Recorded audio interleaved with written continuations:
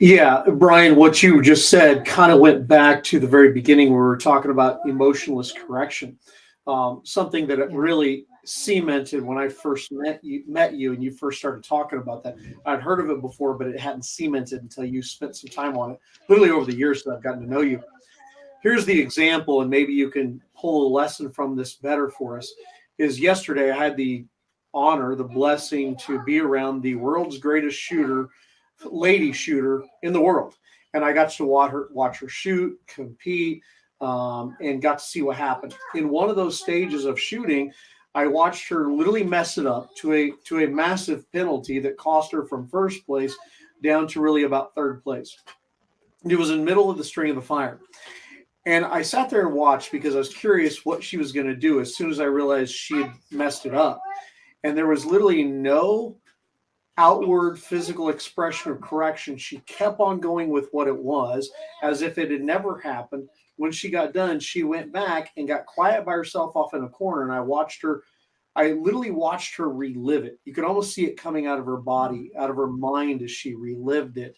So I think it goes back to what you talked about using the senses of all the different senses to feel that. But it was so intriguing to watch the world's best shooter, lady shooter, that walks the face of the earth right now do that. And really it ties into everything you're just saying. And I'm curious, just on what little synopsis you've heard here, what lessons could you pull from that? So a friend of mine, a very good friend of mine, wants to change emotionless correction to compassionate correction. And I don't think there's anything wrong in that. But what we're talking about as a corrective instrument is not self-talk. We're talking about the truth. Mm-hmm. Seeing what you saw or feeling what you felt. If they're not present, the truth is you weren't there. And the only truth correction in that moment is I need to see more, I need to feel more. Uh, and that will put you present. So the emotionless correction is just cutting off a pathway we don't need. And mostly what we see with adults is temper tantrums where they get upset, and they put on a show for everybody else. Oh, I can't believe I missed that, or they come with the excuse. And what we need to do is short circuit that because we're not in the immediate feedback loop if we go to that. We're in the emotional cortex of training. Mm-hmm. And what we want is immediate feedback. And I've got to figure out what I missed because no matter how good you're at this, you're going to do this. You have cyclic concentration of 5 to 15 seconds. So somewhere during a stage of 30 to 45 seconds, there has to be a time where the human being drops out. And for some of us, the moment you drop out is the moment we look forward to because there's where the improvement will be. If I'm just shooting well, what do I go back and work on? And if I can see the truth for what it is without getting upset, then I can improve in the moment. And the truth should just sound like what it was. And we've all been hit by it. Somebody says something to you and you're like, wow.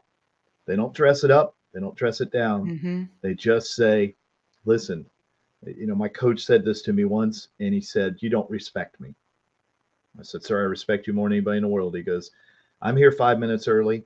You get here on time and you're not ready. So my time means nothing and your time means more than mine. He wasn't angry. He said in that quiet coaching voice, and then he let me stew. As Laura will attest, and Adam, I'm never late for anything again because that was a moment of a profound truth that I was selfish. I wasn't being ready. And he was also teaching me to be a better fighter because I also wasn't ready when I stepped in the ring. I was always a little late. I had to get hit. I had to fail a little bit. And I've never allowed that. So I think the truth is the truth and you correct immediately and you don't avoid it. And you don't say anything about it. You just go where it is. It's not really stoicism. I don't know about you guys, but I'm a passionate mess inside my body.